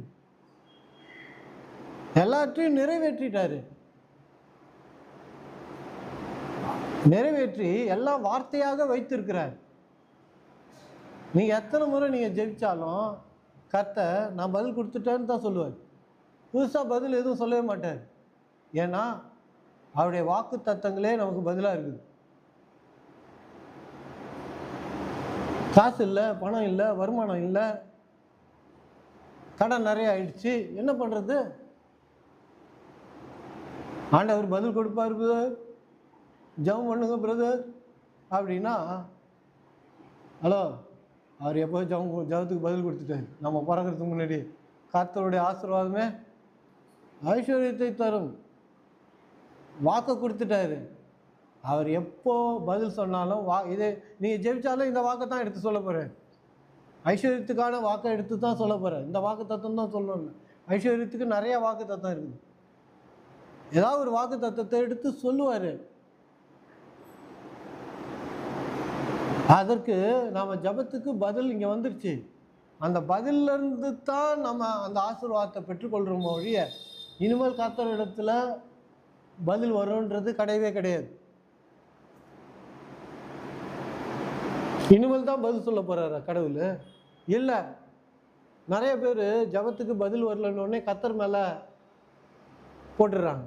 கர்த்தர் தான் செய்யலை பிரதர், கர்த்தர் கொடுக்கல பிரதர். இவங்க என்ன நினச்சிட்டு இருக்காங்க, கர்த்தர் ஜெபம் பண்ணார்னா ஜெபம் பண்ணணும்னா நம்ம கர்த்தரிடத்துல ஜெபம் பண்ணணும்னா அவர் கொடுப்பாரு அப்படின்னு. அவருக்கு தெரியும் இந்த மாதிரி நம்ம எல்லாம் சரியாக விசுவசிக்காமல் அவர் மேலேயே பழிய போட்டுருவோம். இது கர்த்தருடைய சித்தம் நடக்கலை அப்படின்னுடும். அவருக்கு நல்லா தெரியும். அதனால்தான் இந்த பைபிளில் அவர் பதிலை வாக்குத்தத்தமாக கொடுத்துருக்கிறார். இந்த வேதாகமும் கொஸ்டின் புக் இல்லைங்க, இது ஆன்சர் புக்கு. கர்த்தர்கிட்ட பிடிச்சது என்ன தெரியுங்களா? அவர் பரீட்சை வைக்கும்போது ஆன்சரையும் கொடுத்துட்றாரு. நாலாம் பரீட்சை அதுக்குள்ள இல்லை, இப்போ அப்படிதான். நம்ம படித்து எழுதணும், கொஸ்டின் தான் கொடுப்பாங்க. அதிலே வாத்தியார் சொல்லுவாங்க கொஸ்டின்லேயே ஆன்சர் இருக்கும், அதெல்லாம் பார்த்து எழுதிக்கோ அப்படின்வாங்க.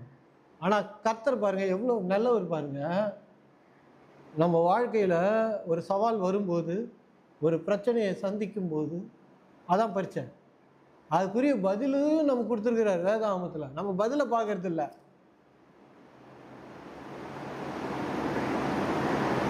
அந்த பதிலை கொண்டு நமக்கு பதில் வந்துடுச்சு, இனிமேல் அவர் கொடுக்க போகிறது இல்லை. அந்த பதிலை நம்பி விசுவாசத்தில் அந்த காரியங்களை அந்த வார்த்தையிலிருந்து எடுத்துக்கொள்ளணும். விசுவசித்தேன் ஆகையால் பேசினேன் என்று எழுதியிருக்கிறபடி நாங்களும் அந்த விசுவாசத்தின் ஆவிகளை உடையவர்களாக இருந்து நாங்கள் பேசுகிறோம்.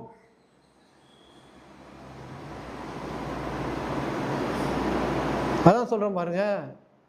விசுவாசம் என்பது சுருக்கமாக சொல்கிறேன், விசுவாசம் என்பது தேவனுடைய வார்த்தையை திரும்ப திரும்ப திரும்ப சொல்லிக்கொண்டே இருப்பது தான் விசுவாசம்.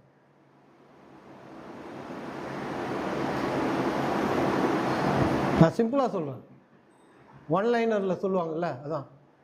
அதனால தான் ஒரிஜினல்லேருந்து ஹோமியோலோகியோ என்ற வார்த்தையை டிரான்ஸ்லேட் பண்ணும்போது ரோல் ஓவர், ரிப்பீட்டிங் த சேம் திங். சங்கீதம் 1 அதான் தியானன்ற வார்த்தைக்கு. அப்போது தேவனுடைய வார்த்தையை தியானம் பண்ணும்போது அவன் செய்வதெல்லாம் வாய்க்கும் சங்கீதம் 1 சொல்லுதுன்னா, அது தியானன்றது என்னன்னா repeating the same words. Role over, திரும்ப திரும்ப ரோல், அப்படியே திரும்ப திரும்ப மறுபடியும் மறுபடியும் சொல்கிறது, மறுபடியும் மறுபடியும் சிந்திப்பது. அது நிறைவேறுதலை காண்ற வரைக்கும் இந்த உலகத்தில் அந்த காரியம், வார்த்தையில் சொல்லப்பட்டிருக்கிற காரியம் உங்கள் வாழ்க்கையில் வருகிற வரைக்கும், அது உங்கள் வாழ்க்கையை நிரப்புகிற வரைக்கும், அது உங்கள் வாழ்க்கையில் நிரந்தரமாக தங்குற வரைக்கும் அந்த வசனம் உங்கள் வாயை விட்டு பிரியாது இருக்கட்டும். அதான் யோசுவாட்ட சொன்னார். யோசுவா 1:8, இந்த நியாயப்பிரமாணத்தின் புஸ்தகம் உன் வாயை விட்டு பிரியாது இருப்பதாக, இதில் எழுதியிருக்கிறபடி நீ செய்ய கவனமாக இருக்கும்படி இரவும் பகலும் அதை தியானித்து கொண்டிருப்பாயாக. அப்பொழுது நீ உன் வழியை வாய்க்க பண்ணுவாய், அப்பொழுது புத்திமானாய் நடந்து கொள்வாய். தியானிப்பாய்ன்னு மறுபடியும் வருது பாருங்க, சங்கீதம் 1 இருந்தது பாருங்க, ஹோமோலோகியோ. தியானிப்பாய் என்ற என்னன்னா, அவர் சொல்றாரு, இந்த நியாய பிரமாண புஸ்தகம் உன் வாயை விட்டு நீங்காது இருப்பதாக. அப்படின்னு என்ன சொல்றாரு? வாயில அறிக்கையிடு, ரைட் சொல்றாரா? 1 தியானிப்பாயாகன்னு சொல்றாரு. அப்படின்னா என்ன அர்த்தம்? நியாயப்பிரமாண புஸ்தகத்தை இருக்கிற வார்த்தையை திரும்ப திரும்ப திரும்ப திரும்ப பேசி கொண்டு இருப்பாயாக. Repeat the same thing.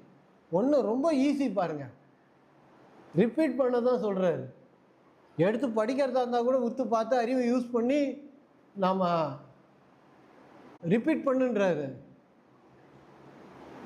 இன்னும் ஷார்ட்டாக சொல்லிட்டானா உங்களுக்கு, உங்களுடைய சப்கான்ஷியஸை நீங்கள் யூஸ் பண்ணுங்க அப்படின்றாரு. இப்போ தியானம் பண்ணுன்னா யோசுவாட்ட சொல்கிறாரு, நியாயப்பிரமாணத்தில் இருக்கிற புஸ்தகத்தில் இருக்கிற வார்த்தையை நீ பேசுவேன்னா அது நடைமுறைக்கு உன் வாழ்க்கையில் வந்துடும் அப்படின்றார். அப்பொழுது உன் வழியை வாய்க்க பண்ணுவாய்ன்றார். நம்ம எதை அடிக்கடி பேசுகிறோமோ அது நம்முடைய வாழ்க்கையில் ஒரு பகுதி ஆகிடும், நம்முடைய வாழ்க்கை ஆகிடும். நாம் பேசுறது தான் நம்முடைய வாழ்க்கை. நம்ம வாயிலிருந்து வருகிற வார்த்தை தான் வாழ்க்கையை முடிவு பண்ணுது. நம்முடைய எதிர்காலத்தை முடிவு பண்ணுற ஒரே ஒரு விஷயம் என்னன்னா, பிசாசு முடிவு பண்ணல, கர்த்தரும் முடிவு பண்ணல, நம்முடைய வாய் தான் முடிவு பண்ணுது.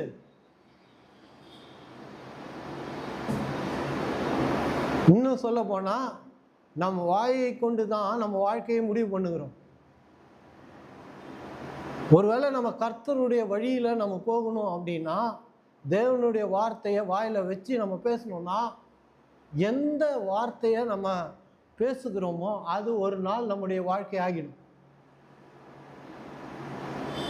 ஒருவேளை உங்கள் வாழ்க்கையில் தரித்திரம் இருக்குதுன்னா, ஒருவேளை உங்களுடைய வாழ்க்கையில் குறைவு இருக்குதுன்னா, இல்லை பணப்பற்றாக்குறை உங்கள் வாழ்க்கையில் இருக்குதுன்னு சொன்னால், கர்த்தருடைய ஆசீர்வாதமே ஐஸ்வர்யத்தை தரும் என்ற வசனத்தை தியானிங்கள் என்பது அந்த வசனத்தை திரும்ப திரும்ப பேசுங்க.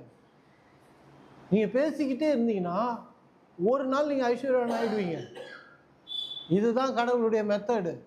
இப்படி தான் வாக்கு தத்துவத்தில் இருக்கிற ஆசீர்வாதங்களை நாம் எடுத்துக்கொள்வது. இப்படி தான் தேவனுடைய வார்த்தையை நம்முடைய இருதயத்தில் வைத்து நம்முடைய வாழ்க்கையில் அந்த மாற்றங்களை கொண்டு வருவது. அதனால தான் நாம் சொல்கிறோம், இருதயத்தின் மாற்றம் தான் சரியான மாற்றம். அதனால தான் நீதிமொழிகளில் கர்த்தர் சொல்கிறாரு, உன் இருதயத்தை எனக்கு தா. எப்போ இருதயத்தில் மாற்றம் வருகிறதோ அப்போ வாழ்க்கையில் மாற்றம் வருகிறது. நீங்கள் எல்லா ஆவிக்குரிய மனுஷனும், இந்த உலகத்தில் இருக்கிற மனுஷனும் வெளியே என்ன வேணால் மாற்றங்களை நம்மளால் கொண்டு வந்துட முடியும். ஆனால் இருதயத்தை மாற்றுறது தான் பிரதர் கஷ்டம். அதுவும் வேதம் அவங்க சொல்லு கிறுக்குள்ளதாக செருக்குள்ளதாக இருக்குதுன்னு. ஆனால் அந்த இருதயத்தை மாற்றுறதுக்கும் கர்த்தர் சில மெத்தட்ஸை, சில வழிமுறைகளை வச்சிருக்கிறார். நம்ம இருதயத்தை மாற்றணும்னா தேவனுடைய வார்த்தையை எடுத்து எதை நம்ம மாற்ற விரும்புகிறோமோ அதுக்கு தகுந்த வாக்கு தத்தங்களை எடுத்து நம்ம வாயினால் பேசி அதை கேட்டு காதால் கேட்டு, வாயால் பேசி காதால் கேட்டு இருதயத்தில் நிறுத்தணும். நம்ம வாயால் பேசி காதால் கேட்கும்போது அது இருதயத்தில் போய் ஸ்ட்ராங் ஹோல்டாக போய் நிற்கும். அப்படி நிற்கும்போது நம்முடைய இருதயம் மாறும். நம்முடைய இருதயம் மாறுச்சுன்னா நம்முடைய வாழ்க்கை மாறும். அதுதான் யோசுவாவுக்கு சொல்லி கொடுக்குறாரு. நியாயப்பிரமாண புஸ்தகம் உன் நாவை விட்டு நீங்காதிருப்பதாக. இப்போ நியாயப்பிரமாணம் இல்லை, நியாயப்பிரமாணம் முடிஞ்சிடுச்சு. நம்மகிட்ட இப்போ தேவனுடைய வார்த்தையே இருக்குது. நியாயப்பிரமாணத்தை விட கோடி மடங்கு வல்லமை உள்ளது, மேன்மையானது. அந்த வாக்கு தத்துவம் நமக்கு இருக்குது. எந்த வாக்கு நிறைவேறணும்னு விரும்புகிறீங்களோ இந்த ஆண்டில் அந்த வாக்கு தத்துவத்தை எடுத்து திரும்ப திரும்ப திரும்ப சொல்லிக்கிட்டே இருங்க. திரும்ப திரும்ப சொல்கிறதுனால உங்கள் இருதயத்தில் விரைவில் மாற்றம் வரும். உங்கள் இருதயம் விசுவாசத்தினால் நிரம்பும். உங்கள் இருதயம் தேவனுடைய வல்லமையினால் நிரம்பும். ஏன்னா அவருடைய வார்த்தையில் அவருடைய வல்லமையும் இருக்கிறது, அவருடைய விசுவாசமும் அதுக்குள்ளே இருக்குது. அது உங்களுடைய ஆவியில், உங்கள் சிந்தனையில் போகும்போது அந்த வார்த்தையில் இருக்கிற வல்லமையும் விசுவாசமும் உங்கள் வாழ்க்கையை தலைக்கீழே மாற்றிவிடும். இவ்வளோ காலம் நீங்கள் முடியாது, நடக்காது, இது நிறைவேறாது, இது இப்படியே தான் இருக்கும்னு நம்பின்னு இருக்கிறீங்க பாருங்க. அந்த காரியங்கள் எல்லாம் அற்புத விதமாக நிறைவேறுகிறத உங்களால் பார்க்க முடியும். அது அது அந்த மாற்றத்தை நீங்கள் பார்ப்பீங்க. அதுக்கு நீங்கள் செய்ய வேண்டியது கர்த்தர் யோசுவாவிடம் சொன்னது தான். இந்த வார்த்தை, இந்த வாக்கு தத்துவம் உங்கள் நாவை விட்டு பிரியாது இருப்பது. அப்படின்னா என்ன அர்த்தம்? காலையில், மத்தியானம், ராத்திரி, சாயந்தரம் 4 வேலையும் இன்னும் கிடைச்சா கூட உட்காந்து திரும்ப திரும்ப திரும்ப சொல்லிக்கிட்டே இருங்க. நீங்கள் சொல்கிற காரியம் உங்களை தேடி வரும். உங்களை நீங்கள் சொல்கிற காரியம் உங்கள் வாழ்க்கையில் நிறைவேறுகிறத உங்களால் பார்க்க முடியும். நிறைவேறுதலை உங்கள் வாழ்க்கையில் காண முடியும். இதுதான் வாக்கு தத்தம் நிறைவேறுகிறதுக்கான வழியை ஒழிய. நான் சர்ச்சுக்கு போன பிரதர், முதல் வருஷம் வாக்கு தத்தம் கூட்டம், இன்னும் இந்த வருஷம் கர்த்தர் ஒரு வாக்கு தத்தம் கொடுக்குறாரு பிரதர் அப்படின்னா அது இல்லை. உங்களுக்கு தேவையான வாக்கு தத்துவத்தை எடுத்து வச்சிங்க. உங்களுக்கு என்ன தேவை அதுக்கேற்ற வாக்கு தத்தங்களை எடுத்து வச்சுக்கிட்டு இரவும் பகலும் பேசிக்கினே இருங்க. விசுவசித்தேன் அதனால் பேசினேன். நாங்களும் அந்த விசுவாசத்தின் ஆவியை உடையவர்களாக இருந்து பேசுகிறோம் என்று பவுல் சொல்லுகிறபடி இதான் விசுவாசத்தின் வழி, வாக்குத்தத்தம் நிறைவேறுகிறதுக்கான வழி, இதான் ஜெபத்திற்கான சரியான முறை. எப்பவுமே வாழ்க்கையில குறைவு ஏற்படும் போது, பற்றாக்குறை ஏற்படும் போது, இல்ல வியாதிகள் தலை தூக்கும் போது, பிரச்சனைகள் வரும்போது கர்த்தர் பதில் அளிப்பார் என்று நினைக்காதீங்க. கர்த்தர் என் ஜெபத்துக்கு பதில் சொல்லுவார் என்று நினைக்காதீங்க. கர்த்தர் அவருடைய பதில, நம்ம ஜெபத்திற்கான பதில ஏற்கனவே இந்த வேதாகமத்துல எழுதி கையில கொடுத்திருக்கிறார். This is an answer book. இது கர்த்தருடைய ஜெபத்திற்கான பதிலை உடைய புஸ்தகம். நான் முன்னாடியே சொன்னபடி நாம ஜெபிக்கிறதுக்கு முன்னாடியே கர்த்தர் நமக்கு பதில் அளிச்சிட்டார். அது வாக்குத்தத்தமாக பதில் சொல்லி இருக்கிறார். அந்த பதிலை எடுத்து வைத்துக்கொண்டு, அந்த வாக்குத்தத்தத்தை எடுத்து வைத்துக்கொண்டு அதை நிறைவேறினதாக பேசினீங்கன்னா, இந்த வாக்குத்தத்தத்தை சொல்லி, ஆண்டவரே நான் சுகமாயிட்டேன், இயேசுவே உம்முடைய தழும்புகளால் சுகமானேன் என்று வேதம் சொல்லுது, நான் சுகமாயிட்டேன் திரும்ப திரும்ப சொன்னீங்கன்னா ஒரு நாள் அது டாக்டரே சொல்லியிருப்பாங்க, இந்த வியாதி நீ சாகுற வரைக்கும் போவாது, இல்லை இந்த வியாதியில நீ செத்துருவான்னு கூட சொல்லலாம். ஆனா நீங்க இந்த கடவுளுடைய பதில, உங்க ஜபத்துக்கான பதில எடுத்து வைத்து கொண்டு நீங்கள் திரும்ப திரும்ப பேசுவீங்களா, ஒரு நாள் அந்த வியாதி அது எவ்வளவு கொடுமையான வியாதியா இருக்கலாம், அது 5th ஸ்டேஜ் கேன்சரா கூட இருக்கலாம். இன்னும் ஒரு 2 மாசத்துல நீங்க இறந்துருவீங்கன்னு கூட சொல்லலாம். முடிஞ்சிருச்சு, உங்க பேக்ஸ் எல்லாம் பேக் பண்ணி வைங்க அப்படின்னு கூட டாக்டருங்க சொல்லிடலாம். ஆனால் நான் உங்களுக்கு சொல்றேன், இந்த வசனத்தை நீங்க திரும்ப திரும்ப திரும்ப காலையில அந்த சங்கீதம் 1 சொல்றபடி இரவும் பகலும், காலையில மத்தியானம் சாயந்தரம் இரவுன்னு சொல்லி நீங்க அந்த வாக்கு தத்தங்களை சொல்லி ஜெபம் பண்ணுவீங்கன்னா, இவங்க கண் எதிர்க்கியே உயிர் போயிடும் இந்த வியாதினால சொன்னாங்க பாருங்க, அந்த வியாதி தோற்று போகிறத, பலன் இழக்கிறத, வல்லமையை இழந்து போகிறத உங்களால பார்க்க முடியும். நீங்களே பார்ப்பீங்க, கண்கூடா பார்ப்பீங்க. உங்க ஏழ்மை, உங்களை இல்லாம பற்றாக்குறை, வேலையின்மை, தரித்திரம் உங்க முன்னாடியே தோற்று போகிறத, வலு இழக்கிறத, பலன் இழக்கிறத, அது தேவனுடைய வார்த்தையின் வல்லமையினால உங்க வாயிலிருந்து வருது பாருங்க, அந்த வார்த்தையின் வல்லமையினால அது தோற்று போகிறத உங்களால பார்க்க முடியும். இது தாங்க ஜபம். ஏதோ கடவுளுக்கு பிரியப்படுவாரு, எல்லாத்துக்கும் அவரை நான் நம்பி நிற்கிறேன் பிரதர், அதனால கர்த்தரிடத்துல கேட்கிற அவர் பதில் சொல்லுவாருன்னா இது வேதம் இல்லை, இது வெளிப்பாடு இல்லை. அதனால்தான் தொடங்கும் போதே சொன்னேன், சத்தியத்தை அறிவீர்கள், சத்தியம் உங்களை விடுதலை ஆக்கும். சத்தியத்தை ஆழமாய் அறிந்து கொள்ளுங்க. ஜபத்துக்கான பதில் ஏற்கனவே வேதாகமத்துல வாக்கு தத்தமாய் கொடுக்கப்பட்டிருக்கு. இன்னும் ஜபத்துக்கான பதில் வரும்னா, இன்னும் நீங்க ஜபத்தை தொடங்கவே இல்லை, அப்புறம் எங்க இந்த பதில் வருது? கர்த்தர்கிட்ட ஆண்டவரே எனக்கு பண தேவை இருக்குது ஆண்டவரே பதில் அளிங்க அப்படின்னா கர்த்தர் சிம்பிளா சொல்லுவார், வேதத்தை திறந்து இந்த நீதிமொழிகள் 10:22 வாசி, கர்த்தருடைய ஆசீர்வாதமே ஐஸ்வர்யத்தை தரும், அதுதான்ப்பா என்னுடைய பதில் அப்படின்னுவார். ஆண்டவரே பதில் வந்துச்சு, நீங்க நானும் 2 மாசமா காத்திருந்தேன், ஒண்ணுமே நடக்கலையே ஆண்டவரே அப்படின்னு நீங்க கேட்டீங்கன்னா கர்த்தர் சொல்லுவாரு, அந்த வார்த்தையை எடுத்து உன்னுடைய ஆக்கிக்கோ, அந்த வார்த்தையை எடுத்து தியானம் பண்ணு, அதை அறிக்கையிடு, சரியான பிரசங்கத்தை கேளு, சரியான கோயிலுக்கு போ. அதை நீ கேட்க ஆரம்பிச்சீன்னா, அந்த பதில நீ சொல்ல ஆரம்பிச்சீன்னா, வாக்கு தத்துவத்தை சொல்ல ஆரம்பிச்சீன்னா உன் பிரச்சனை தீந்துரும். இதுதான் ஜபத்துக்கான பதில ஒழிய நான் எடுத்துன்னு வந்து கொடுப்பேன், யாராவது ஒருத்தரை அனுப்புவேன், மேஜிக்கா ஏதோ நடக்கும் அப்படின்னா அதெல்லாம் ஜபத்துக்கான பதில் இல்லை, அது விசுவாசமும் கிடையாது. Praise the Lord. God bless you. எல்லாரும் எழுந்து நிற்போம்.